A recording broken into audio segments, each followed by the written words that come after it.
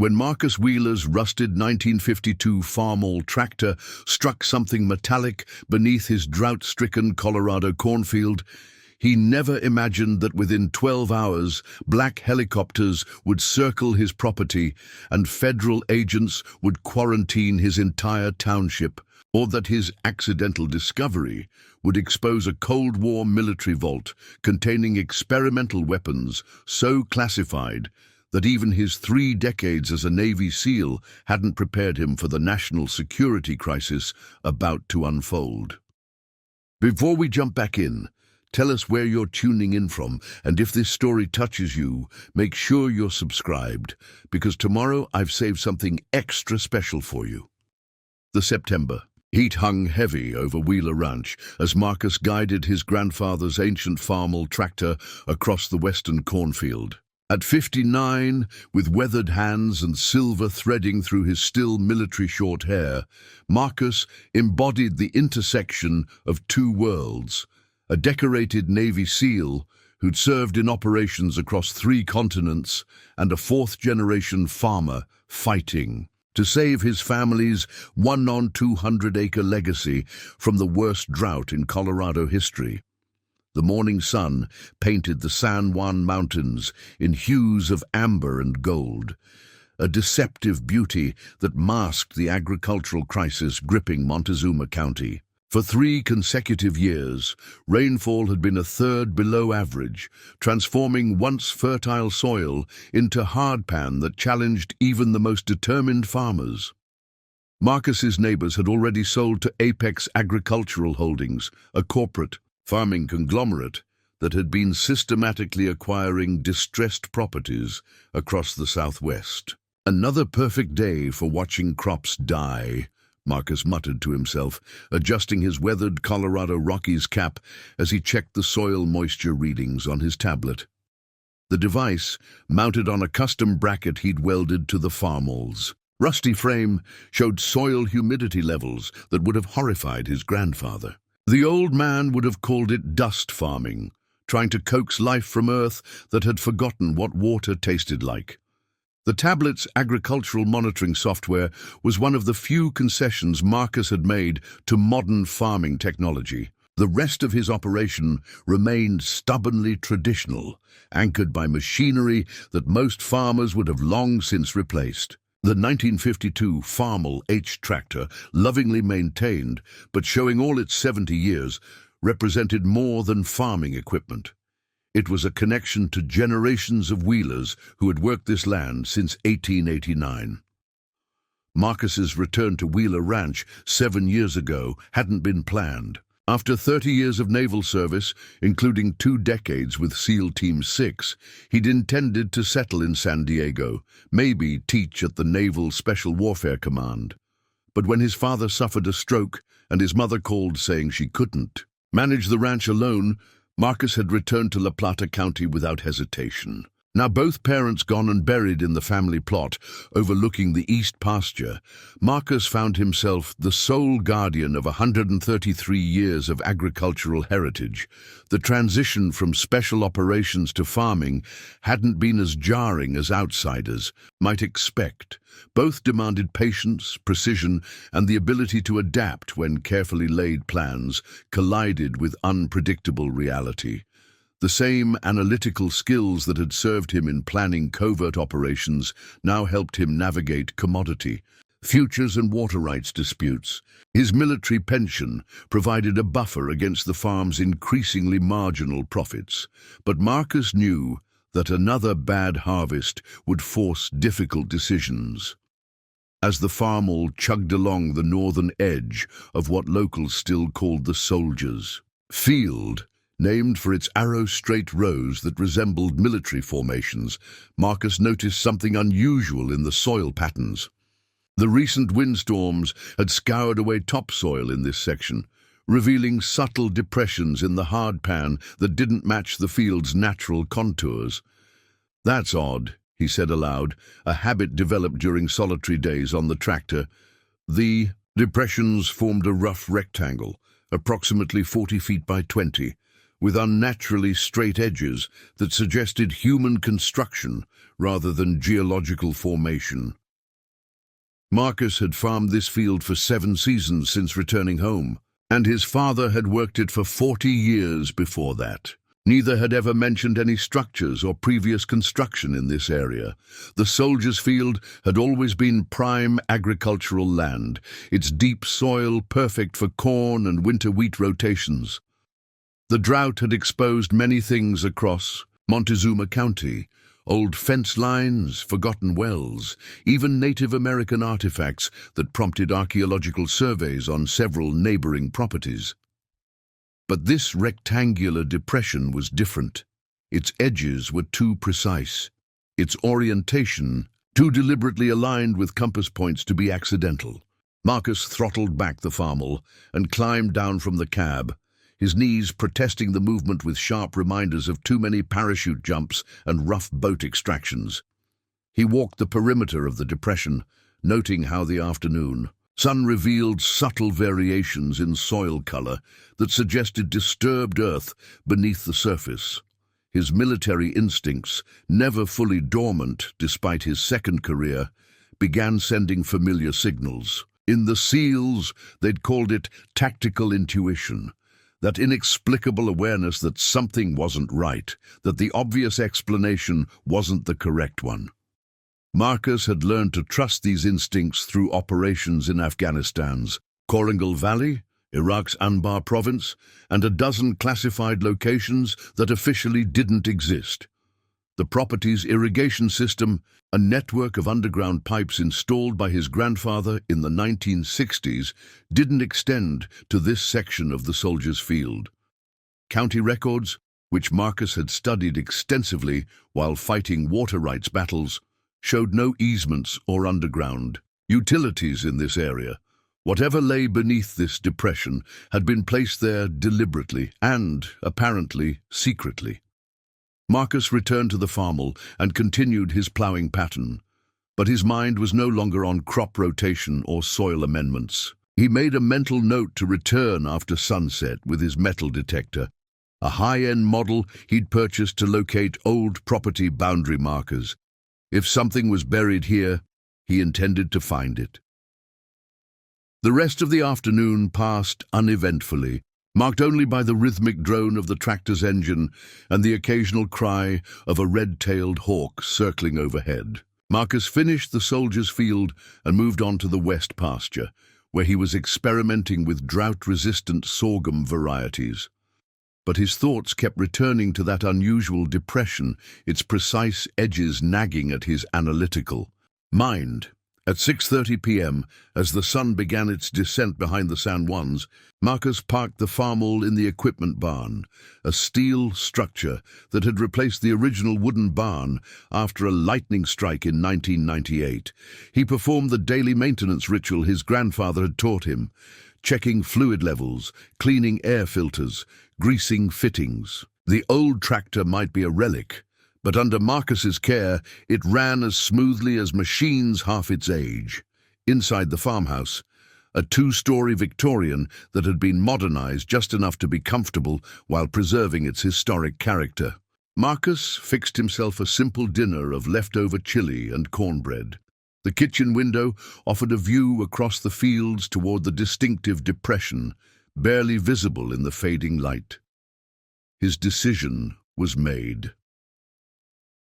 An hour after sunset, Marcus retrieved his metal detector from the storage closet that had once been his childhood bedroom's walk-in closet. The device, a Minelab GPZ 7000, was the same model used by military explosive ordnance disposal teams, perhaps overkill for finding property markers, but Marcus had learned in the SEALs that having the right equipment could mean the difference. Between success and catastrophe, he added a high-powered tactical flashlight, his old K-bar knife, a retirement gift from his SEAL team, and a sturdy shovel to his equipment. The night air had cooled to a pleasant 65 degrees, and a crescent moon provided just enough illumination to navigate without the flashlight. Preparing and narrating this story took us a lot of time, So if you are enjoying it, subscribe to our channel. It means a lot to us. Now back to the story. Reaching the depression, Marcus switched on the metal detector and began a systematic sweep pattern. The same methodical approach he'd used when clearing potential minefields. Almost immediately, the device registered multiple hits, its audio feedback indicating substantial metallic mass approximately 6 feet below the surface. What made Marcus pause wasn't the presence of metal. In farming country, buried equipment and old fence posts were common. It was the detector's discrimination display showing the metal signature was consistent with steel plate, not rusted farm implements or scattered debris. This wasn't agricultural equipment. This was structural. Marcus began digging at the center of the depression, his shovel biting into earth that seemed unusually compacted, as if it had been mechanically compressed rather than naturally settled. 3 feet down, the soil changed character, becoming mixed with what appeared to be decomposed sandbags. A military-style barrier method Marcus recognized from forward operating base construction. At 4 feet, his shovel struck metal with a distinctive clang that echoed across the quiet fields. Marcus cleared away more soil, revealing what appeared to be a steel hatch, roughly 4 feet square, with heavy-duty hinges and a complex locking mechanism that, despite decades underground, showed minimal corrosion. The hatch bore no markings, no identifying numbers or symbols, just smooth painted steel that had been carefully preserved with what appeared to be military-grade anti-corrosion coating. But it was the locking mechanism that captured Marcus's attention. He recognized the design immediately: a Naval Special Warfare Group Development Group, DevGRU, security system, specifically designed for securing sensitive equipment caches. The implications sent a chill down Marcus's spine. DevGRU systems were used exclusively for top-secret military installations. Their presence on his family's farm suggested a secret that extended far beyond anything he could have imagined. As Marcus knelt beside the hatch, examining the locking mechanism with his flashlight, he failed to notice the subtle vibration in the ground that preceded the arrival of surveillance drones high overhead. Nor did he see the brief flash of encrypted communications being transmitted from hidden sensors around the site. Sensors that had been dormant for decades, waiting for this exact moment. It would be several hours before Marcus realized that his discovery had triggered protocols established during the height of the Cold War, and that by dawn, his quiet corner of Colorado would become the center of a crisis that would test not only his military training, but his understanding of his own family's history. The night was still young, and Marcus Wheeler was about to learn that some secrets were buried on his land for reasons that would shake the foundations of national security. As he prepared to attempt opening the hatch, he had no idea that satellites were already retasking. Helicopters were being scrambled from classified installations, and a chain of command that reached to the highest levels of government had been activated. The peaceful life he'd built as a farmer was about to collide with a past he never knew existed, and by sunrise, Wheeler Ranch would be ground zero for an operation that would make his most dangerous SEAL missions seem routine by comparison. Marcus Wheeler ran his calloused fingers along the edges of the steel hatch, his tactical flashlight revealing details that made his blood run cold. The DevGRU locking mechanism wasn't just military grade, it was a specific model he'd only encountered twice during his service, once at a black site in Eastern Europe, and again at a classified facility beneath Diego Garcia. Both locations had been so secret that their existence was denied even within Special Operations Command. The mechanism featured a dual authentication system, requiring both biometric input and a physical key. What troubled Marcus most was the small LED indicator, supposedly dead for decades, that had begun pulsing with a faint red glow the moment he'd exposed the hatch to air. Someone somewhere knew this vault had been discovered. "What the hell were you involved in, Dad?" Marcus muttered, thinking of his father, James Wheeler, who'd inherited this land in 1979 and farmed it for over 40 years without ever mentioning anything unusual about the soldiers' field. The LED's pulse quickened, shifting from red to amber. Marcus recognized this as a proximity alert, a security feature designed to detect and respond to unauthorized access attempts. His instincts screamed at him to cover the hatch and retreat, but 3 decades of military service had taught him that some secrets were more dangerous left buried than exposed. Using his phone, Marcus photographed the hatch from multiple angles, careful to document the locking mechanism and any identifying marks. The images automatically uploaded to his cloud storage, a habit from his intelligence days when evidence needed multiple backups. He didn't yet realize these photos were being intercepted by monitoring systems that had been waiting for precisely this event. As Marcus prepared to attempt opening the hatch, he noticed something strange about the soil he'd excavated. Mixed among the dirt were tiny glass beads, each no larger than a grain of sand, that reflected his flashlight beam with an unusual iridescence. He recognized these as signature particles, microscopic tracking devices developed by DARPA in the early 2000s for monitoring nuclear materials. Their presence here, in technology that predated their invention by decades, raised troubling questions. The night air suddenly felt charged, electric. Marcus's training had taught him to recognize the electromagnetic signature of surveillance drones, and now his skin prickled with that familiar sensation. He looked skyward but saw only stars. Modern drones operated well above visual range, making a decision that would soon upend his life. Marcus reached for the biometric scanner on the hatch. Throughout his SEAL career, his fingerprints and retinal patterns had been registered in numerous classified databases. If this system was connected to military networks, even old, supposedly decommissioned ones, his biometrics might trigger a response. He pressed his thumb against the scanner. For several seconds, nothing happened. Then, with a soft hiss of pressurized air, the LED shifted from amber to green. The locking mechanism began to disengage with a series of mechanical clicks that sounded impossibly loud in the quiet night. The hatch opened inward, revealing a ladder descending into darkness. Cool, dry air wafted up, clearly from a climate-controlled environment.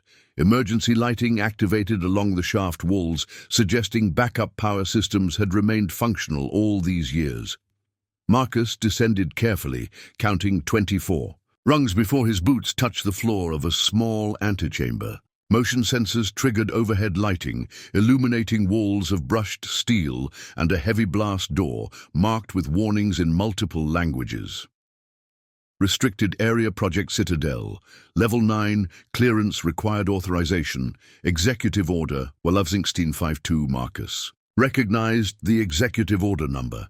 It related to the classification of national security information signed by Nixon in 1972. But the reference to Project Citadel meant nothing to him, despite his extensive knowledge of Cold War operations. The blast door featured another biometric scanner. With growing unease, Marcus pressed his thumb against it. Again, after a brief delay, the system accepted his authorization. The massive door swung inward on pneumatic hinges, revealing a chamber that took his breath away. The vault stretched, at least 100 feet in length, with ceilings rising 30 feet overhead. Along both walls stood hermetically sealed containment units, each bearing classification markings and hazard symbols Marcus hadn't seen since his days handling experimental weapons systems. But it was the central platform that commanded attention. Suspended, within a containment field that shimmered with barely visible energy, stood 12 cylindrical devices, each approximately 6 feet tall and 3 feet in diameter. They resembled oversized artillery shells, but featured complex circuitry and crystalline components that defied conventional weapons design. Warning labels identified them as neutrino inversion devices, handled with extreme caution. Marcus approached one of the wall-mounted computer terminals, its screen still functional despite decades of dormancy. As he neared, the system activated, displaying a login prompt that sent chills down his spine. "Welcome back, Commander Wheeler. Biometric authentication confirmed. Project Citadel emergency protocols. Active time since last access. 14,247 days. 14,000 days. Nearly 40 years. The system thought Marcus was his father. Before he could process this revelation, the terminal began displaying automated status reports. External breach detected. Satellite uplink established. Notifying designated response teams. Estimated arrival 4 hours, 17 minutes. Marcus's mind raced. His father hadn't just known about this facility, he'd been directly involved in its operation. The accidental discovery wasn't accidental at all. The biometric systems had been programmed to recognize Wheeler family genetics. A new message appeared on screen. Automated message from James Wheeler, recorded March 15th, 1986. "Son, if you're reading this, you've found the one secret I could never share. I know you joined the Navy. Yes, we've been monitoring your career, and we're proud of your service. But your path was always meant to lead here.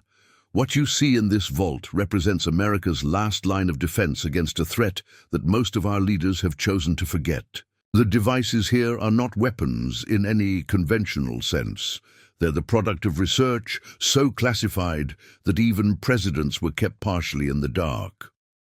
Project Citadel was established after we detected anomalous energy signatures suggesting advanced civilizations were conducting experiments with fundamental forces, experiments that could destabilize local space-time. These devices were created as countermeasures. The fact that you're here means the automated systems have detected similar signatures again. I'm sorry for the deception, Marcus. Every Wheeler since your great-grandfather has served as a guardian of this facility. We've posed as simple farmers while monitoring for signs that these devices might be needed. The drought wasn't natural. It's a side effect of the energy patterns we've been tracking. Teams will arrive soon. Some will claim to represent legitimate government agencies, others will not.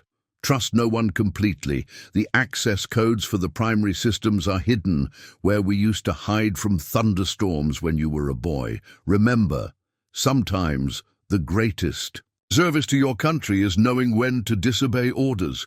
Good luck, son. Make us proud. The message ended, replaced by a countdown timer and tactical display showing multiple aircraft converging on Wheeler Ranch from different directions. Some transponder codes indicated military craft.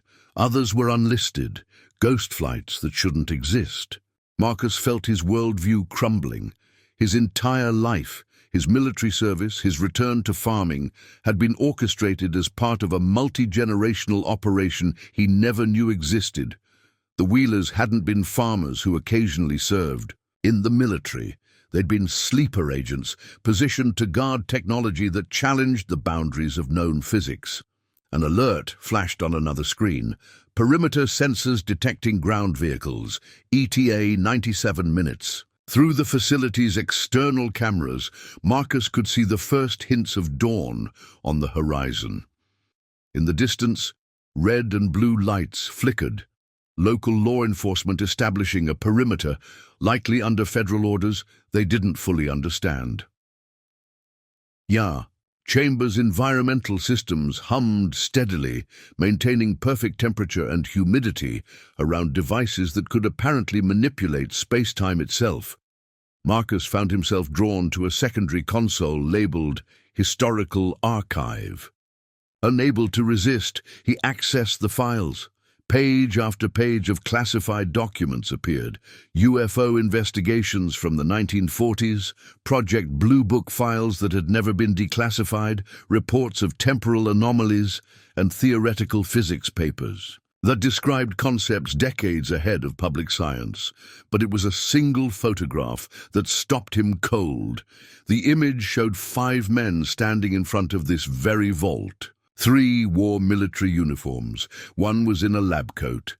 The 5th, in civilian clothes, was unmistakably his great-grandfather, Theodore Wheeler. Beside them stood Albert Einstein, his distinctive wild hair and mustache unmistakable. The photo was dated July 12, 1947, 4 days before the Roswell incident. Einstein's involvement suggested these devices weren't based on terrestrial science alone. The implications were staggering. "All units be advised," crackled a voice over the facility's communication system. "Wheeler Ranch is now under federal quarantine. Airspace is restricted. All civilian communications are being jammed. Containment. Protocols are in effect." Marcus returned to the main console, his mind reeling from the revelations. The arrival countdown continued inexorably. 3 hours, 42 minutes. Whatever was coming, he had that long to decide whether to trust his father's cryptic message about disobeying orders or to cooperate with the incoming teams. The access codes his father mentioned were hidden in their old storm cellar, a reinforced concrete bunker his grandfather had built after a tornado in 1953. As a child, Marcus had spent hours there during severe weather, never suspecting it might serve a deeper purpose. As he contemplated his next move, the facility's sensors detected something alarming. The energy signatures that had triggered the alert weren't just similar to historical records, they were intensifying. Whatever had prompted the original construction of these devices wasn't just a historical threat, it was happening again. And Marcus Wheeler, a farmer who thought he'd retired from saving the world, was about to discover that some duties transcended retirement. The question now wasn't just what these devices did, but whether Marcus would need to use them. As dawn approached and multiple factions raced toward his property, the countdown to a crisis continued. Hours, 41 minutes. The longest morning of Marcus Wheeler's life had just begun. The thrum of helicopter rotors cut through the pre-dawn quiet. As Marcus Wheeler stepped out of the vault entrance, his hands raised in a carefully calculated gesture of cooperation. 4 Black Hawks maintained position overhead while ground vehicles continued to arrive, their headlights creating an artificial sunrise across his drought-stricken fields. The woman who approached him moved with military precision despite her civilian suit. Close-cropped auburn hair framed a face that had seen too many classified operations to ever fully relax. "Marcus Wheeler," she said, not asking. "Deputy Director Catherine Walsh, Department of Energy, Special Security Division. Though I suspect you've already figured out that's not my real jurisdiction. DOE doesn't typically deploy tactical teams for agricultural incidents," Marcus agreed, noting how her eyes continuously scanned the perimeter. "Walk with me, Mr. Wheeler. We have approximately 18 minutes before the situation escalates." Beyond local containment, as they moved toward a mobile command center, Marcus counted at least 40 personnel establishing monitoring stations around the vault entrance. Their equipment was cutting edge, some of it resembling prototypes he'd only seen in DARPA demonstrations. "Your biometrics triggered legacy protocols we thought were decommissioned in 1989, Walsh explained, specifically something called Project. Steward, care to explain how a retired Navy SEAL has clearance for a program that officially never existed? "First day learning about it myself," Marcus replied truthfully, though incompletely. Walsh stopped abruptly.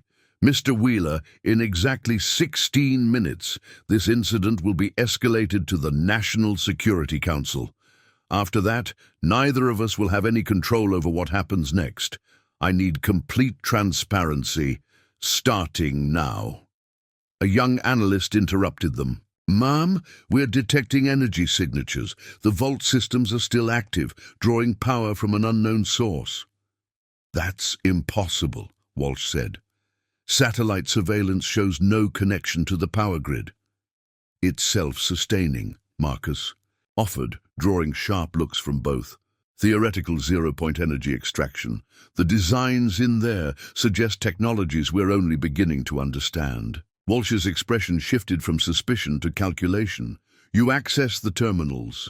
The systems recognized my biometrics, called me Commander Wheeler, and referenced my father, James Wheeler. Apparently he accessed it 39 years ago. A secure radio crackled. Director Walsh, we have incoming 3 unmarked helicopters approaching from the northwest. No transponder codes, not responding to hails. Damn it, Walsh muttered. That'll be the Continuity Council. Mr. Wheeler, I'm about to make you an offer that doesn't officially exist. Work with my team, help us understand what's in that vault, and I'll keep you out of a black site detention facility. And option 2? There is no option 2. Not anymore. She handed him a tablet displaying his complete service record, including missions that were supposedly destroyed.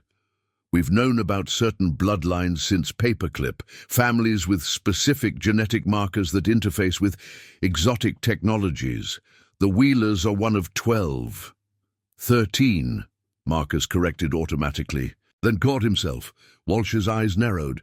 You know about the theoretical 13th site? Before Marcus could respond, the unmarked helicopters landed, disgorging men in black tactical gear with no insignia. Their leader, a silver-haired man with governmental bearing, approached with obvious authority. Director Walsh, jurisdiction. Transfers to us immediately. Council protocols are now active. Director Harrison, Walsh acknowledged stiffly. This is my operation, not anymore. Harrison's grey eyes fixed on Marcus. Mr. Wheeler, you'll come with us. Your cooperation in this matter is not optional. He's already agreed to work with my team, Walsh interjected. Irrelevant. The Council, as operational authority, once steward protocols activate.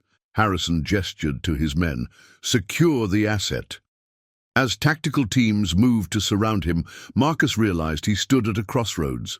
Multiple government factions, each with their own agenda regarding the vault's secrets. His military training catalogued escape routes, but something deeper held him in place, an inherited instinct suggesting this confrontation was itself part of a larger pattern. Gentlemen, Marcus said calmly as weapons trained on him, before this escalates, perhaps someone should check the vault's status, because if I'm reading these energy signatures correctly, we have bigger problems than jurisdiction. As if on cue, the ground trembled slightly. Every electronic device within 100 yards flickered simultaneously. What did you do? Harrison demanded. Nothing, Marcus replied. But the systems down there are responding to something, and based on the power curves, I'd say we have about 6 hours before whatever's happening becomes irreversible. Walsh and Harrison exchanged alarmed glances.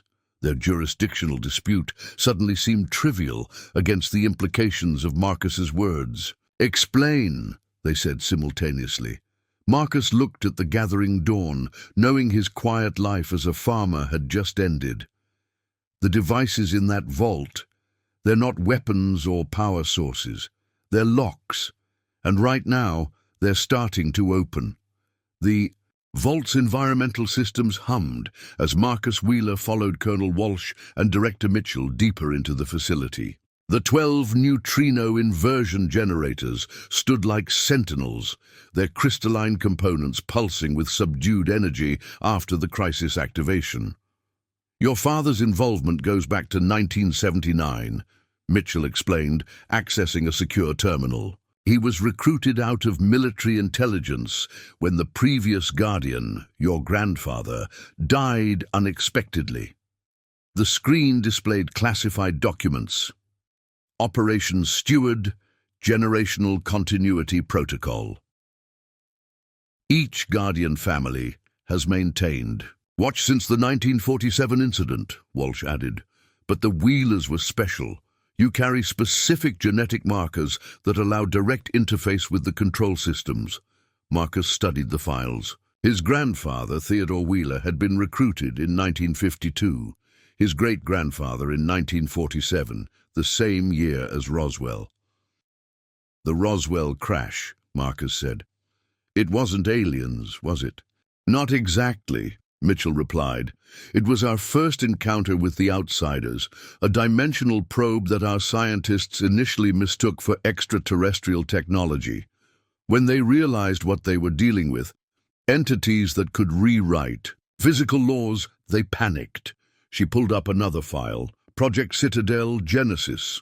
12 scientists formed the original council. Einstein, Oppenheimer, Tesla, who faked his death in 1943, and others whose involvement remained classified. They realized conventional weapons were useless against beings that could manipulate reality itself. So they built the NIGs, Marcus concluded. With help, Walsh interjected, the probe contained fragments of their technology.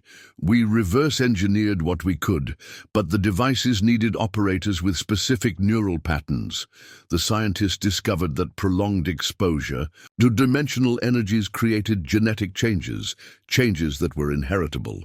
Mitchell continued, your great-grandfather was one of the original exposure subjects, a farmer whose land contained natural dimensional weakness. The soldiers' field, Marcus realized. It was always a breach point. Exactly. After exposure, he developed abilities the scientists couldn't explain. Precognitive flashes, awareness of dimensional fluctuations.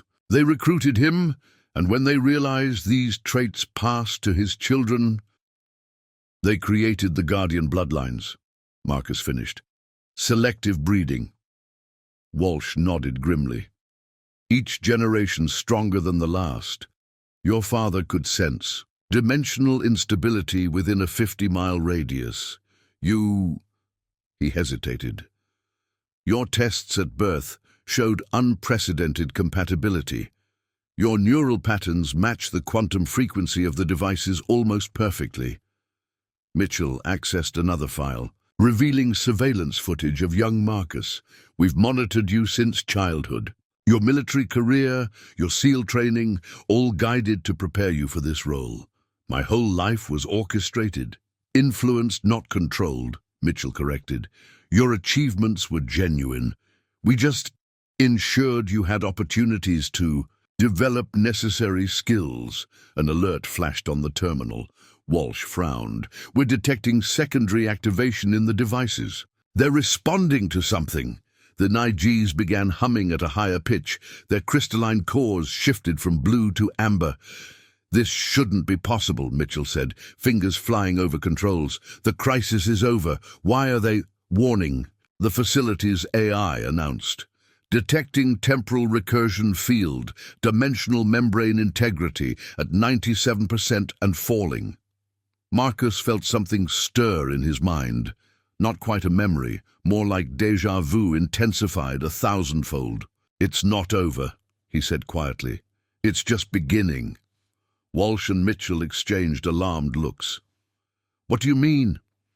Before Marcus could answer, his consciousness exploded with images, multiple timelines, different versions of himself, older, younger, in various uniforms and civilian clothes, all standing in this same vault, having this same conversation. The devices don't just protect against dimensional incursion, he heard himself saying, though the words felt borrowed from another version of himself. They anchor our reality across multiple time streams, and right now those streams are converging. That's impossible, Mitchell breathed. The science doesn't support. The science is wrong, Marcus interrupted, knowledge flooding his mind from future iterations. The outsiders don't just want to invade our dimension. They want to collapse all possible timelines into one they can control. The devices create stable time loops to prevent that collapse. How do you know this? Walsh demanded. Because I've lived it before. The activation didn't just stop an incursion, it initiated a temporal recursion. This conversation has happened before, will happen again. Each time I remember a little more. The facility shook as the dimensional readings spiked. Emergency lights bathed the vault in red. Temporal convergence in progress, the AI warned. Multiple timeline collapse imminent. Sir, a young technician burst into the vault. We're reading identical energy signatures at all 12 sites. The entire network is activating. Marcus moved to the central control panel, his hands finding controls he'd never seen, but somehow knew intimately. "What are you doing?" Mitchell shouted. "What I've always done," Marcus replied, initiating sequences that existed in his muscle memory. Saving reality, one timeline at a time. The devices reached critical harmonization. Reality itself seemed to flicker. "Welcome to the loop," Marcus said as space-time folded in on itself. Then everything reset. Marcus Wheeler stood in the vault, facing Colonel Walsh and Director Mitchell as they explained his family's involvement with Citadel. But this time, in the back of his mind, he held onto a fragment of memory from the previous iteration. The cycle had begun again. 6 months into his new life, Marcus Wheeler sat in a secure briefing room at Naval Amphibious Base Coronado, pretending to hear classified information for the first time.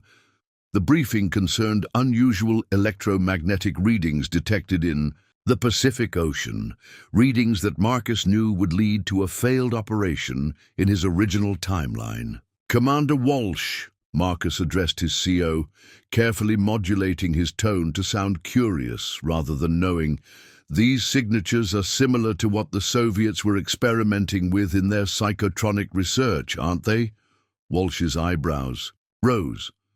"That's surprisingly astute, Lieutenant Wheeler. Not many junior officers would make that connection."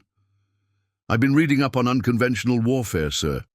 The electromagnetic warfare papers from the Naval Postgraduate School. It was a calculated risk. The papers wouldn't be published for another year, but Marcus needed to establish himself as someone with unusual insight without revealing impossible knowledge." After the briefing, Walsh pulled him aside. "Wheeler, there's a joint task force being assembled, cross-service collaboration on emerging threats.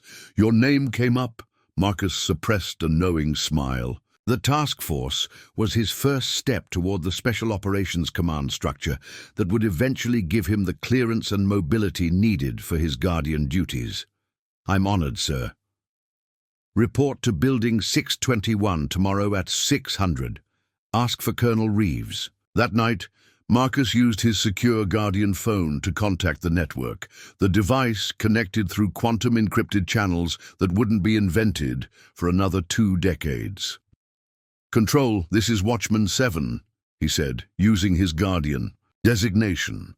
"I've been selected for Joint Task Force Prometheus." "Confirmed, Watchman 7, came the reply. "Be advised, Watchman 3 reports unusual activity at their location. Possible dimensional flux. Stand by for coordination." Watchman 3 was Elena Volkov, guardian of the Russian device. In his original timeline, he hadn't known about the Guardian network until much later.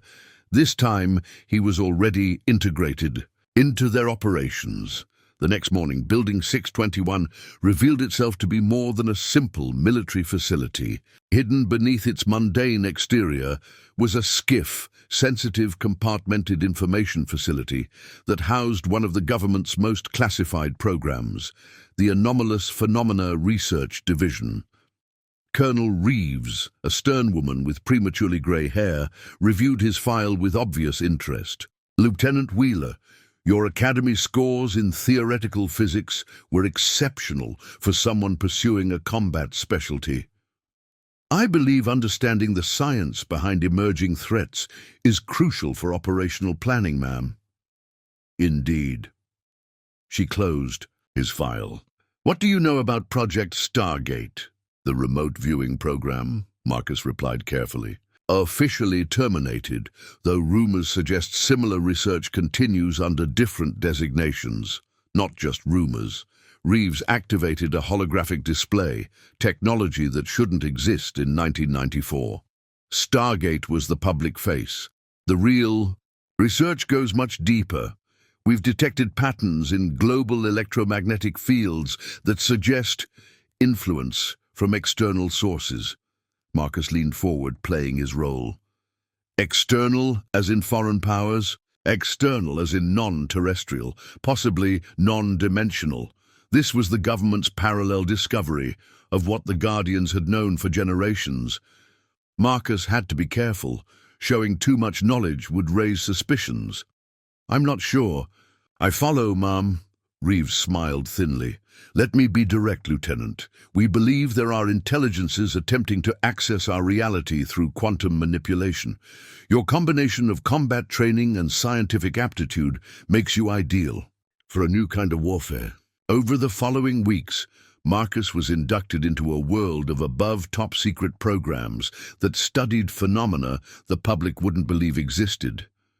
Some were legitimate threats. Others were misinterpretations of Guardian activities. During an operation planning session, Marcus encountered Dr. Sarah Chen for the first time, 9 years earlier than in his original timeline. She was a young quantum physicist on loan from DARPA, her brilliance evident even at 24. "The math suggests these incursions follow a predictable pattern," she explained, her whiteboard covered in equations that danced on the edge of breakthrough physics. "If we could map the dimensional membrane topology, we might predict where the next attempt will occur." Marcus studied her work, recognizing early versions of theories that would eventually help upgrade the Guardian devices. "What about resonance frequencies?" he suggested. "If these entities are trying to match our dimensional vibration, could we create counter-frequencies?" Sarah's eyes lit up. "Yes, like noise-cancelling headphones, but for reality itself. That's brilliant." Their collaboration began that day, years ahead of schedule. Marcus had to constantly remind himself not to reveal too much, to let her genius develop naturally rather than pushing toward conclusions she wasn't ready for. Meanwhile, the Guardian network was becoming more active. Encrypted messages flowed between the 12 families. Watchman 3, reporting, device showing autonomous activation cycles. Watchman 9, confirming, similar patterns observed. Watchman 12, urgent, local military detecting our surveillance. Request guidance. The outsiders were probing more aggressively than in the original timeline. Marcus's activation of the Prometheus protocol had created ripples, small changes that were cascading into larger deviations. During a late-night session in the Skiff's secure lab, Sarah made a discovery that shouldn't happen until 1998. "Marcus, look at this." She pointed to her computer screen, where complex wave patterns danced. "I've been analyzing the electromagnetic data from the Pacific anomalies. There's an underlying structure, like a carrier wave beneath the observable phenomena." "What kind of structure?" "It's almost like coded information, as if someone is using dimensional disturbances to transmit data." Marcus felt a chill. The outsiders were adapting faster than before, likely responding to the temporal loop created by the Guardian protocols. His secure phone buzzed. "Emergency conclave. All watchmen report to designated safe houses within 24 hours. "I need to take some leave," Marcus told Reeves the next morning. "Personal matter, family emergency, the safe." House was a farmhouse in Iowa, unremarkable except for the dimensional shielding built into its foundation. 11 other Guardians had gathered, the first full conclave in decades. Marcus recognized some faces from intelligence briefings in his original timeline. People he'd never suspected were fellow Guardians: a Japanese industrialist, a South African mining executive, a Brazilian agricultural minister. James Wheeler, representing the previous generation, called the meeting to order. "The pattern has changed," he announced.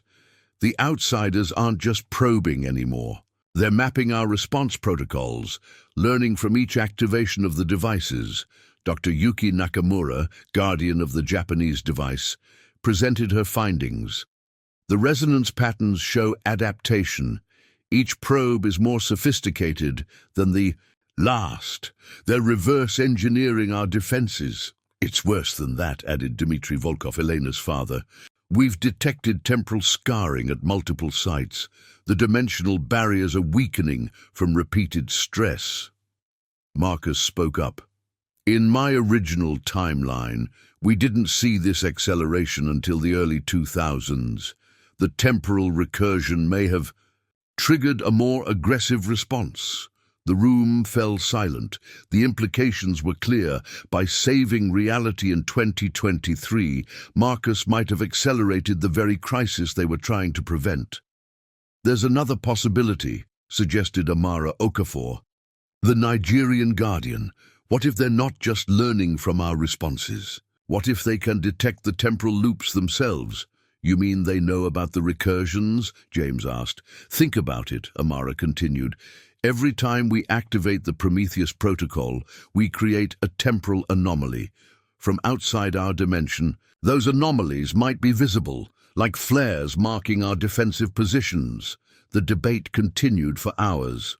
Some argued for preemptive activation of all devices, creating a permanent barrier. Others warned that such action might trigger the very invasion they feared. Finally, the Elder Guardians reached a consensus. They would upgrade the monitoring systems, establish deeper cover identities within government programs, and prepare for the possibility that the final confrontation might come sooner than any previous timeline had predicted. As the conclave dispersed, James pulled Marcus aside. There's something you should know about the recursions, he said quietly. Each loop creates what we call temporal weight, accumulated changes that stress the timeline's structure. Too many loops, too many changes, and what? And reality itself might fracture. Multiple timelines trying to exist simultaneously. The outsiders wouldn't need to invade. We'd destroy ourselves through temporal paradox. How many loops can we sustain? We don't know. This is only the fourth, but each one makes the next crisis more likely and more severe. Returning to his duties, Marcus found himself walking a tighter balance than ever. He had to advance human understanding of dimensional physics through careful guidance of researchers like Sarah, while preventing premature disclosure that might panic governments into reckless action. The task force's operations grew more complex. They investigated dimensional anomalies worldwide, unknowingly mapping the same network the Guardians protected. Marcus had to carefully steer them away from discovering the devices while maintaining his cover as an insightful but conventional operator. Late one night, while reviewing classified reports, Sarah joined him in the secure lab. "You know more than you let on," she said directly. "What makes you say that? Your questions, they're too precise, like you already know the answers. And sometimes you look at equipment before we receive upgrade notifications as if you're expecting changes." Marcus weighed his response carefully. In the original timeline, Sarah hadn't confronted him about this until after they were married. "I have good instincts," he said finally. "It's more than that." She moved closer. "I've been tracking global electromagnetic patterns. There are 12 locations that show consistent anomalies, places where the dimensional membrane behaves differently. And somehow, I think you know exactly where they are." The Guardian Network's greatest secret was on the verge of exposure, not from enemy action, but from the brilliant mind of someone who would one day join their ranks. Marcus realized that some changes to the timeline were inevitable, perhaps even necessary. "Sarah," he said carefully, "what if I told you there are things about reality itself that most people aren't ready to know?" "I'd say that's exactly what a Guardian would say." Marcus froze. "Where did you hear that term?" She smiled slightly. "I haven't, but somehow it feels like the right word, doesn't it?" The web of secrets was expanding, drawing in new players, while ancient threats evolved their strategies. Marcus Wheeler stood at the center, trying to balance knowledge from a future that might never happen against the needs of a present that was changing faster than any Guardian had anticipated. Outside, the night sky flickered with aurora-like lights that shouldn't be visible at this latitude. Another sign that the dimensional barriers were under unprecedented stress. The next crisis was coming, sooner than anyone expected. And this time, Marcus realized, he might not have the luxury of another recursion to fix his mistakes. The revelation came during a routine security clearance update in the summer of 1995. Marcus sat across from a Defense Intelligence Agency investigator, answering standard questions about his family history when the conversation took an unexpected turn. "Your maternal grandmother, Elizabeth Foster," the investigator said, flipping through papers. "She worked at Los Alamos during the Manhattan Project." Marcus nodded. "Administrative staff. Nothing classified."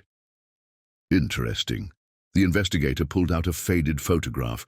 "Because we found this in declassified Project Rainbow files." The image showed his grandmother, young and serious-faced, standing beside Robert Oppenheimer and 3 other scientists. In the background, barely visible, was a device that looked disturbingly similar to the neutrino inversion generators. "That can't be right," Marcus said, genuinely surprised. This wasn't in his original timeline memories. "There's more." The investigator produced another document. Elizabeth Foster wasn't administrative staff. She was a theoretical physicist, recruited straight from Princeton. Her work was so classified that even her family believed the cover story.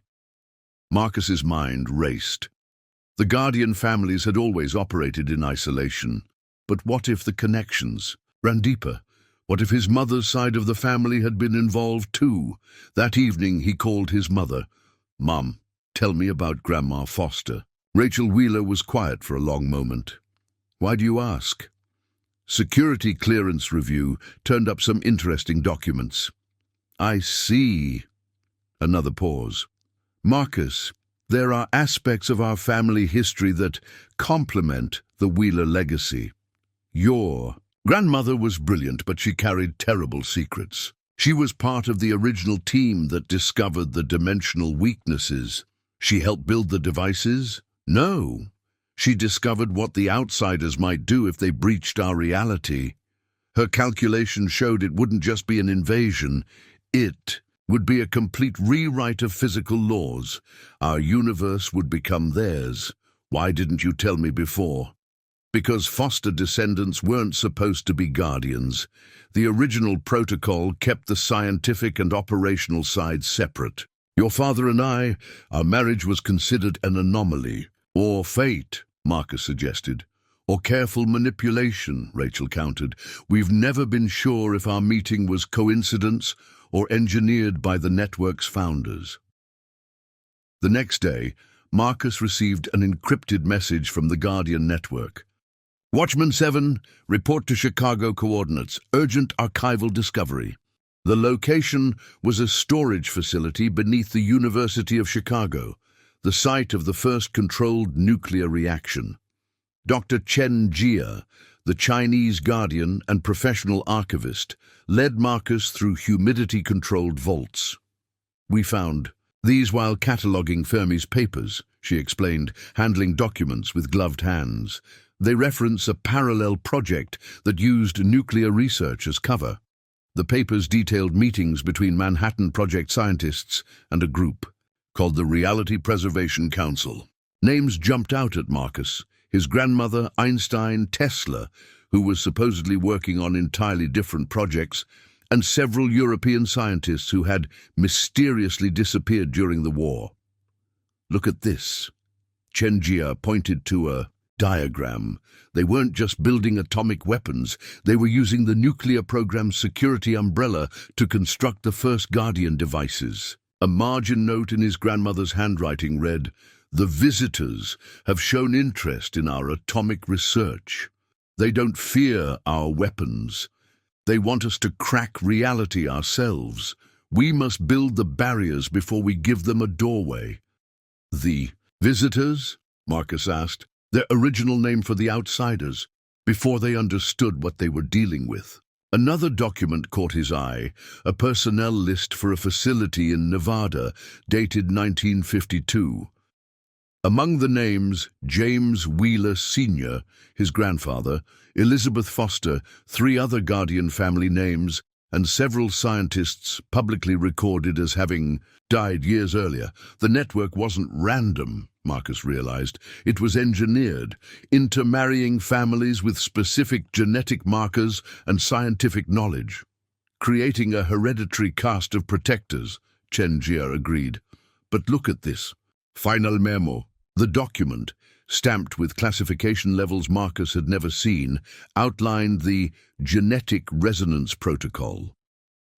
Subjects displaying quantum neural compatibility must be positioned within Guardian bloodlines. Natural selection will produce individuals capable of interfacing with defensive systems. Estimated generational requirement, 3 to 4 cycles before full integration achieved. They bred us, Marcus said quietly, like specialized crops. It's bigger than that. Chen Jia pulled out a world map marked with genetic studies. Every Guardian family has intermarried with scientists from the original project. We're not just protectors, we're living components of the system. The implications were staggering. Marcus thought of Sarah Chen, the physicist he would marry. Was their attraction genuine or genetically predetermined? Were any Guardian relationships real, or all carefully orchestrated breeding programs? His secure phone buzzed. All watchman, emergency update, dimensional breach detected, location, Nevada test site, original rainbow coordinates active, responsive immediately. Marcus looked at Chen Jia, the Nevada facility from the personnel list. Where it all began, she confirmed, and where something's trying to break through again. As they rushed to leave, Marcus realized the horrible truth. The Guardians weren't just protecting reality. They were purpose-built biological components in a vast machine, constructed by desperate scientists who had glimpsed apocalypse and engineered salvation into the human genome itself. The question now was whether that engineering would be enough to stop what was coming. The revelation came during a routine security clearance update in the summer of 1995. Marcus sat across from a Defense Intelligence Agency investigator, answering standard questions about his family history when the conversation took an unexpected turn. "Your maternal grandmother, Elizabeth Foster," the investigator said, flipping through papers. "She worked at Los Alamos during the Manhattan Project?" Marcus nodded. "Administrative staff, nothing classified." "Interesting." The investigator pulled out a faded photograph. "Because we found this in declassified Project Rainbow files." The image showed his grandmother, young and serious-faced, standing beside Robert Oppenheimer and 3 other scientists. In the background, barely visible, was a device that looked disturbingly similar to the neutrino inversion generators. "That can't be right," Marcus said, genuinely surprised. "This wasn't in his original timeline memories? There's more?" The investigator produced another document. Elizabeth Foster wasn't administrative staff. She was a theoretical physicist, recruited straight from Princeton. Her work was so classified that even her family believed the cover story. Marcus's mind raced. The Guardian families had always operated in isolation. But what if the connections ran deeper? What if his mother's side of the family had been involved too? That evening he called his mother. "Mom, tell me about Grandma Foster." Rachel Wheeler was quiet for a long moment. "Why do you ask?" Security clearance review turned up some interesting documents. "I see." Another pause. "Marcus, there are aspects of our family history that complement the Wheeler legacy. Your grandmother was brilliant, but she carried terrible secrets. She was part of the original team that discovered the dimensional weaknesses. She helped build the devices? No, she discovered what the outsiders might do if they breached our reality. Her calculations showed it wouldn't just be an invasion, it would be a complete rewrite of physical laws. Our universe would become theirs. Why didn't you tell me before? Because Foster descendants weren't supposed to be guardians. The original protocol kept the scientific and operational sides separate. Your father and our marriage was considered an anomaly. Or fate, Marcus suggested. Or careful manipulation, Rachel countered. We've never been sure if our meeting was coincidence or engineered by the network's founders. The next day, Marcus received an encrypted message from the Guardian. Network, Watchman 7, report to Chicago coordinates, urgent archival discovery. The location was a storage facility beneath the University of Chicago, the site of the first controlled nuclear reaction. Dr. Chen Jia, the Chinese Guardian and professional archivist, led Marcus through humidity-controlled vaults. We found these while cataloguing Fermi's papers, she explained, handling documents with gloved hands. They reference a parallel project that used nuclear research as cover. The papers detailed meetings between Manhattan Project scientists and a group called the Reality Preservation Council. Names jumped out at Marcus.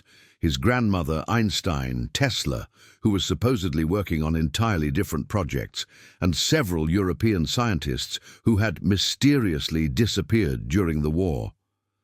Look at this. Chen Jia pointed to a diagram. They weren't just building atomic weapons. They were using the nuclear program's security umbrella to construct the first Guardian devices. A margin note in his grandmother's handwriting read, "The visitors have shown interest in our atomic research. They don't fear our weapons. They want us to crack reality ourselves. We must build the barriers before we give them a doorway." Chilipad, visitors? Marcus asked. Their original name for the outsiders, before they understood what they were dealing with. Another document caught his eye. A personnel list for a facility in Nevada dated 1952. Among the names, James Wheeler Sr., his grandfather, Elizabeth Foster, 3 other Guardian family names, and several scientists publicly recorded as having died years earlier. The network wasn't random, Marcus realized. It was engineered, intermarrying families with specific genetic markers and scientific knowledge. Creating a hereditary caste of protectors, Chen Jia agreed. But look at this. Final memo. The document, stamped with classification levels Marcus had never seen, outlined the genetic resonance protocol. Subjects displaying quantum neural compatibility must be positioned within Guardian bloodlines. Natural selection will produce individuals capable of interfacing with defensive systems. Estimated generational requirement, 3 to 4 cycles before full integration achieved. They bred us, Marcus said quietly, like specialized crops. It's bigger than that. Chen Jia pulled out a world map marked with genetic studies. Every Guardian family has intermarried with scientists from the original project. We're not just protectors. We're living components of the system. The implications were staggering.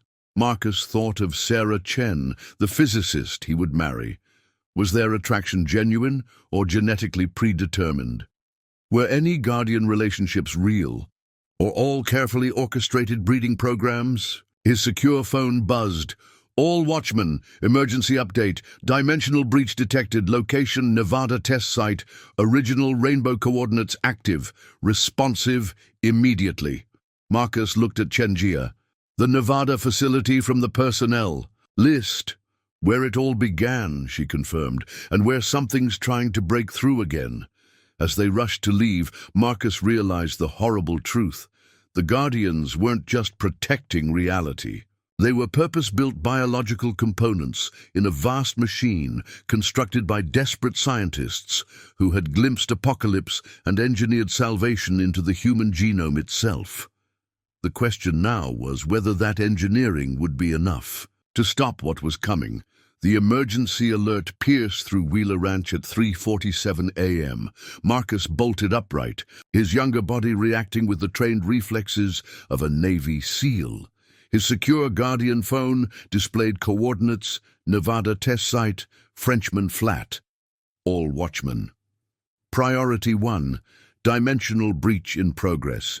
Outsider manifestation detected. Physical incursion imminent. This was wrong. In his original timeline, the first physical manifestation hadn't occurred until 2001. The temporal changes were accelerating events faster than anticipated. Marcus grabbed his gear, a specialized kit that included both conventional weapons and dimensional resonance detectors. His parents met him in the kitchen, both already dressed for crisis response. "It's too early," James said grimly. "The patterns, breaking down or adapting," Rachel added, checking her own equipment. "The outsiders might have detected the temporal recursion." 3 hours later, Marcus stood with 11 other Guardians at the edge of Frenchman Flat, where nuclear tests had once scorched the desert. Now a different kind of energy distorted the pre-dawn air. The sky above rippled like water, reality itself becoming fluid. "Dimensional membrane at 43% integrity and falling," reported Dr. Nakamura, monitoring a portable detection array. "They're not just probing anymore, they're forcing a full breach." Through the distortion, shapes began to emerge, geometries that hurt to look at, forms that existed in more dimensions than human eyes could process. The desert sand beneath the breach turned to glass, then to something that defied material. "Classification. Combat teams. Prepare for engagement," ordered General Morrison, the military liaison to the Guardian network. "Non-lethal containment only. We don't know how our weapons will interact with their physiology." Marcus knew from experience that conventional weapons were useless against beings that could locally alter physical laws, but they had to maintain the appearance of standard military response. Sarah Chen, now attached to the scientific team, approached Marcus. "The energy patterns match theoretical models for cross-dimensional transit. They're not just sending probes, they're preparing for mass transfer. How long do we have?" "At current degradation rates, 6 hours before the breach becomes self-sustaining." The assembled forces, a mix of Guardian families and unwitting military personnel, established a perimeter around the growing anomaly. Above, fighters circled, their pilots unaware they were witnessing humanity's first contact with entities from another dimensional plane. "Watchmen, prepare for synchronized response," James Wheeler commanded through encrypted channels. "We need to establish a local reality anchor." The 12 Guardians formed a precise circle around the breach, each carrying portable resonance generators, miniature versions of the vault devices. Marcus felt the familiar sensation of dimensional energy flowing through his nervous system. As they activated the equipment, the effect was immediate. The breach's expansion slowed, reality reasserting itself at the edges. But the outsiders pushed back harder, their incomprehensible forms pressing against the thinning barrier between worlds. "They're adapting to our frequency," Dr. Volkov shouted, "modulating their approach." Marcus watched in horror as one of the shapes began to solidify, taking on aspects of terrestrial geometry. It was learning, translating itself into forms that could exist in our physical laws. "Sarah," he called out, an idea forming, "can you calculate an inverse frequency? Something that disrupts their translation matrix?" She worked frantically on her tablet. "Maybe, but we'd need more power. These portable units aren't—" A sound like reality, screaming, split the air. The partially manifested outsider had found a stable configuration, a writhing mass of crystalline fractals and organic impossibilities, roughly 20 feet tall and growing. "Open fire," Morrison commanded. Conventional forces unleashed everything they had, but bullets and missiles passed through the entity like stones through water. "Marcus," Sarah shouted, "I have the calculation, but we need a synchronized pulse from all 12 Guardians." As chaos erupted around them, Marcus realized they were facing a crisis point. The outsiders had accelerated their plans, adapting to humanity's defenses faster than any timeline had predicted. The next few minutes would determine not just the outcome of this battle, but the stability of all future recursions. All watchmen, he broadcast, prepare for synchronized pulse on. My mark. We're going to push them back through the breach. The crystalline entity turned toward him, as if recognizing his voice. For a moment, Marcus felt its attention, vast, alien, hungry, focus directly on his consciousness. The battle for reality had begun in earnest, and this time there might not be another chance to reset the timeline if they failed. Marcus Wheeler crouched beneath his old treehouse on the family property, brushing away decades of fallen leaves. His father's cryptic message about access codes hidden where we used to hide from thunderstorms had led him here, to the storm cellar his grandfather had built with unusual specifications. "Found something," Sarah Chen called from inside. She emerged with a metal box bearing the Wheeler family crest, its surface etched with symbols that resembled circuit diagrams. Inside lay a leather-bound journal and a crystalline key, similar to the technology in the vault. The journal's first page bore his grandfather's handwriting, "For the guardian who must break the cycle." "Break the cycle?" Sarah asked. Marcus opened the journal, finding detailed schematics of the NIGs alongside theoretical physics that shouldn't have existed in the 1950s. More disturbing were the personal notes. "Fourth recursion detected. Temporal integrity degrading. Each reset weakens dimensional barriers. Solution required before reality fractures completely." "Your grandfather knew about the time loops," Sarah breathed. Marcus flipped through pages of calculations. "Not just knew, he was trying to find a way out. Look at this." The diagrams showed the 12 NIGs connected in a web of quantum entanglement, with a 13th node at the center, unmarked, theoretical. "A master control unit," Sarah realized, "one device to synchronize all others." "But it was never built," Marcus said. Then he found the final entry. "The outsiders aren't our true enemy. They're fleeing something worse, a force that consumes realities. Our barriers don't just keep them out, they trap us all in this cosmic quarantine. The 13th device could break us free, but the cost? I lack the courage. Perhaps my descendant will be braver." Below this were coordinates, 40 degree and 105 degree, the Colorado Mountains. "There's something else hidden," Marcus said. "Something my grandfather discovered but couldn't bring himself to use." Sarah's tablet chimed with urgent alerts. "Marcus, we have a problem. The dimensional readings from the Pacific, they're not random. It's a countdown." "To what?" "Complete barrier failure. Based on these patterns, we have maybe 72 hours before every dimensional weakness opens simultaneously." Marcus stared at the journal. His grandfather had foreseen this crisis, had even designed a solution, but deemed it too dangerous to implement. The burden of choice now fell to him. "We need to find that location," he decided. "Whatever my grandfather hid, it might be our only chance." They drove through the night to the coordinates, arriving at an abandoned mine shaft in the Rockies. Inside, past rusted equipment and forgotten tunnels, they found another vault.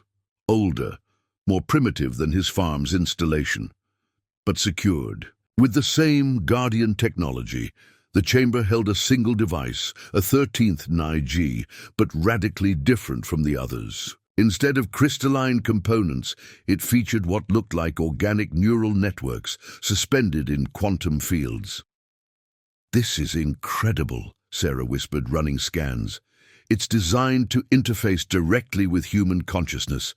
Not just one operator, but potentially the entire Guardian network." A recorded message activated, his grandfather's voice, heavy with regret. "If you're hearing this, the crisis has come. This device can unify all dimensional barriers into one coherent defense, strong enough to repel any invasion. But it requires a permanent neural link." The operator's consciousness becomes the firewall itself, forever trapped between dimensions, holding the line for eternity. I couldn't ask that of anyone, couldn't do it myself. I'm sorry I've left this choice to you. Marcus touched the device, feeling it respond to his neural patterns, patterns bred into his family line for generations. There has to be another way, Sarah said desperately. Maybe, Marcus replied, studying the interface, but not in the time we have left. His secure phone buzzed with emergency alerts. Dimensional breaches were beginning worldwide. The final invasion had started. I have to do this, he said quietly. No, Sarah grabbed his arm.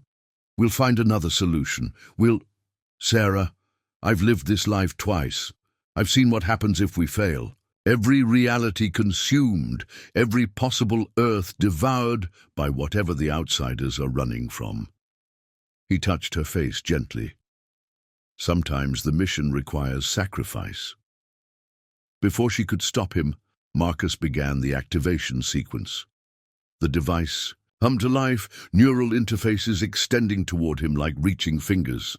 Marcus, wait, Sarah shouted. What if multiple operators shared the burden? The Guardian network, all 12 of us, connected through the devices we already operate. Marcus paused. It was theoretically possible, distributed consciousness rather than single sacrifice. But the risks, we'd all be partially trapped, he warned, living half in this dimension, half in the spaces between. Better than losing you completely, she said firmly. And better than letting one person bear the weight of guarding reality alone. As alarms screamed warnings of imminent dimensional collapse, Marcus faced the choice his grandfather couldn't make. But this time, he wouldn't face it alone. Alert all Guardians, he ordered. We're about to attempt something unprecedented. Either we all become the firewall, or reality ends today. The countdown to either salvation or cosmic catastrophe had begun. 71 hours, 46 minutes remaining. The neural interface helmet felt cold against Marcus's temples as he sat in the 13th device's control chair. Around the world, 12 other Guardians prepared for simultaneous connection, each in their respective vaults. Neural handshake protocols initializing, Sarah announced from the monitoring station. Marcus, your grandfather's notes mention something called consciousness fracturing. Are you sure about this? We're out of time to second guess, Marcus replied, watching dimensional breach warnings multiply across global displays. Besides, this is what we were bred for. As the connection established, Marcus's consciousness exploded across the quantum network. Suddenly, he could feel every Guardian, their thoughts, fears, generations of inherited memories. Through the link, he witnessed truth his grandfather had hidden. The outsiders weren't invaders, but refugees. Their reality was being devoured by an entropic force that consumed entire universes, a cosmic predator that fed on the underlying structure of existence itself. They'd tried to escape into our dimension, not to conquer, but to survive. My God, whispered Elena Volkov through the link. We've been fighting the wrong war. The Wheelers and other Guardian families hadn't just been selected, they'd been genetically engineered. The original scientists had detected the approaching entropic force and realized humanity needed defenders who could exist partially outside normal space-time. The devices don't just block the outsiders, Marcus realized. They're anchor points. We're holding our entire reality stable against the entropy wave. Through their connected consciousness, the Guardians accessed hidden files in the 13th device. Their ancestors had discovered this truth, but kept it secret, fearing humanity would panic if they knew their universe was besieged by cosmic extinction. The outsiders have been trying to warn us, said Dr. Nakamura. Their invasions were attempts to share technology that might save both our species. Marcus felt the weight of generations of deception. Our ancestors chose isolation over cooperation, kept humanity in the dark while preparing us as living circuit breakers. But they were wrong. Sarah's voice cut through. Look at the quantum calculations. The entropic force adapts. Every reality it consumes makes it stronger. If we keep the barriers up, we're just delaying the inevitable. The neural link revealed the truth. The only way to survive was to lower the barriers selectively, allow controlled integration with the outsider's technology, and work together to find a way to escape or defeat the entropy. We have to reverse everything our families have done, Marcus said. Open the barriers, not close them. That's insane, James Wheeler protested through the link. No, Dad. Isolation is insane. Our ancestors turned survival into a prison. We've been so focused on keeping everything out that we never considered we might need to get out ourselves. The other Guardians wrestled with this revelation. Generations of duty warred against newfound understanding. The entropy is coming whether we hide or not, Elena said finally. At least this way, we face it with allies instead of alone. And if you're wrong, James asked his son, then we die trying something new instead of repeating old mistakes, Marcus replied. As alarms screamed worldwide, Marcus began reconfiguring the 13th device, not as a barrier, but as a bridge. Time seemed to crystallize as Marcus Wheeler recalibrated the 13th device. Through the neural link, he felt 12 Guardians holding their breath across the globe. Their consciousness merged in this pivotal moment. Reversing polarity on all NIGs, he announced, his hands moving across controls his grandfather had never dared touch. Converting barriers to bridges in 3, 2, 1. The sensation was like reality exhaling. Instead of pushing against the dimensional membrane, the devices began creating controlled apertures. Through these openings, the outsiders didn't surge forward as invaders. They reached across as desperate allies. First contact wasn't violent, but overwhelming. Alien consciousness touched human minds, sharing eons of knowledge in microseconds.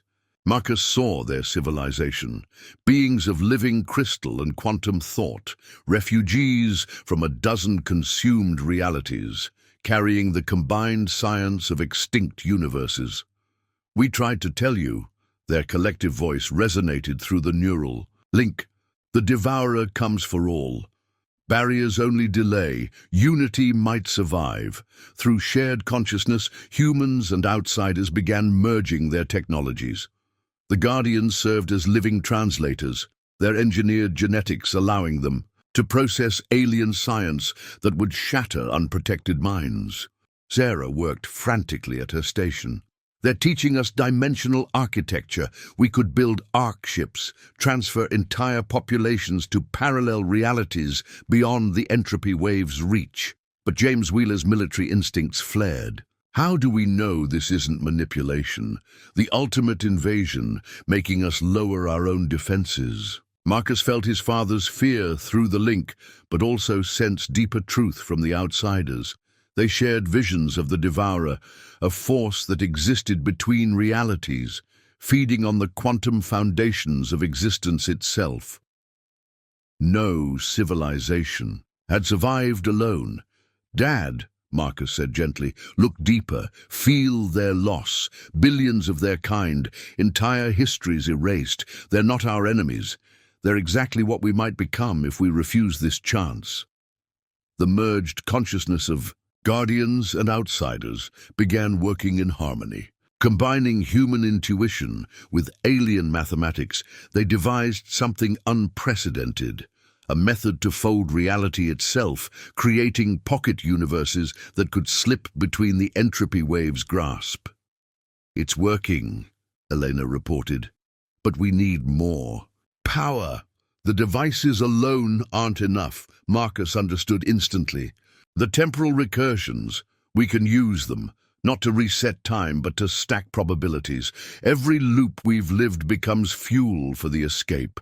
His grandfather's greatest fear, reality fracturing from too many loops, became humanity's salvation. Marcus initiated the Prometheus Protocol one final time, not to reset, but to collapse all timelines into a single moment of infinite possibility. The Wheelers and Guardian families, bred as reality's jailers, became its liberators. As the entropy wave approached like a cosmic tsunami, Earth and its newfound allies slipped sideways through dimensional folds, riding quantum currents toward futures uncharted. Marcus felt his consciousness expand beyond individual awareness, touching the infinite. In saving their reality, the Guardians had become something new, bridges between species, shepherds of refugee civilizations, explorers of the vast possibility space beyond conventional space-time.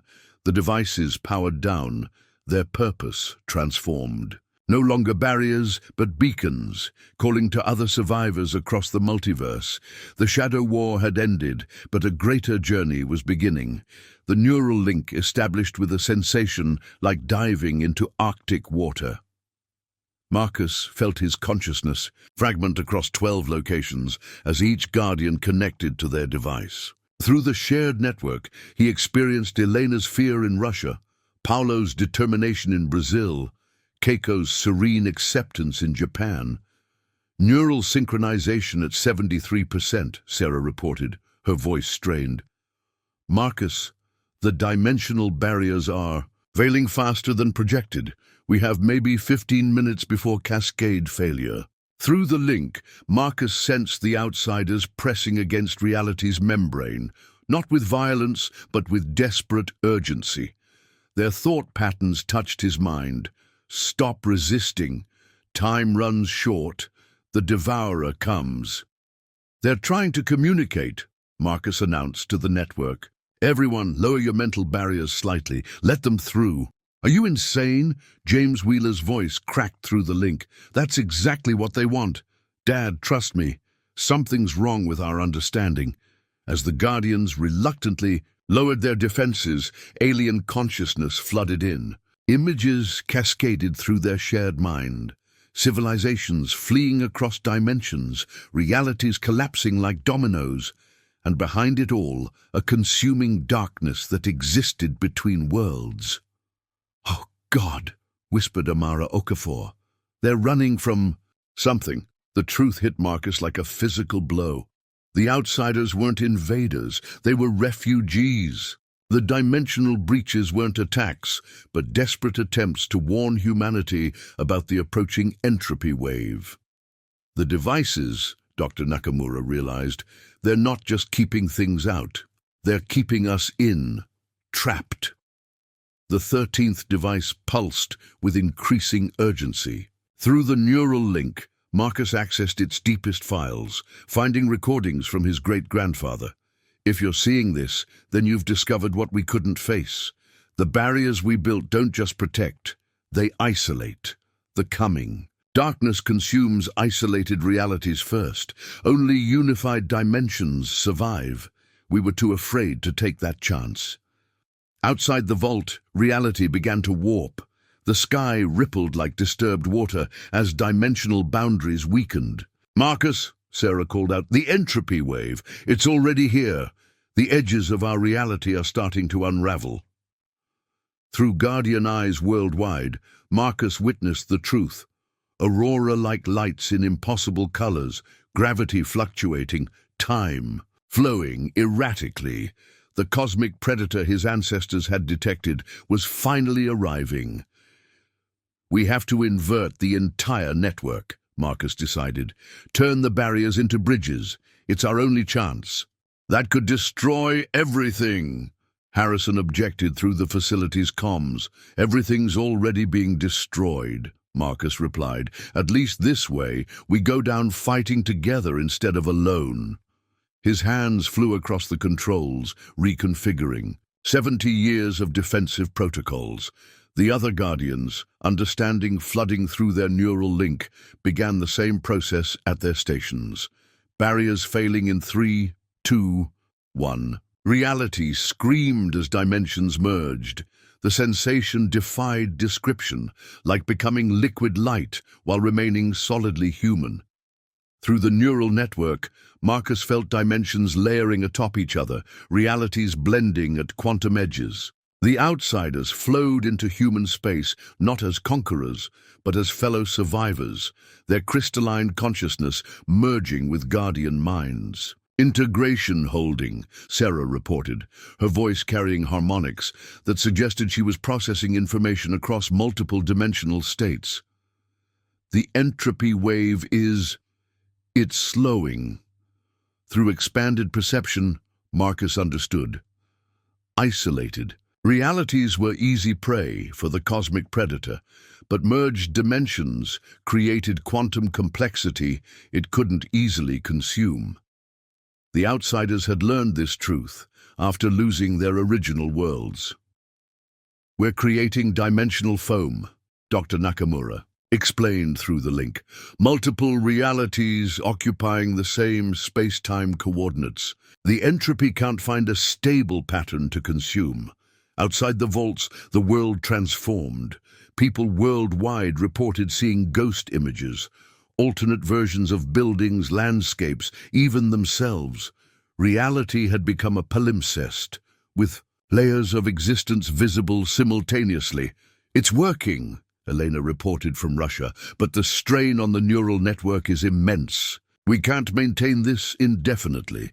Marcus felt it too, the weight of holding multiple realities in alignment. The Guardians were becoming living anchors, their consciousness stretched across dimensional boundaries. Then the outsiders offered their solution. Through the neural link came schematics for devices that could stabilize the dimensional merge without human consciousness as the binding force. Technologies from consumed realities, preserved in their crystalline memories. "We can build these," Sarah said, already working through the alien mathematics. "Permanent dimensional anchors, but it will take time." "How long?" James Wheeler asked. "Months, maybe years. And someone needs to maintain the neural bridge until they're complete." The Guardians understood immediately. They would have to remain, partially merged with the network, living simultaneous lives across dimensional layers while the new anchors were constructed. "The farm," Marcus thought suddenly. "We can use the Guardian sites as construction bases. They're already dimensional focal points." Agreement flowed through the link. The 12 Guardian families would transform from secret protectors to public builders, their farms and facilities becoming the foundation for humanity's new hybrid reality.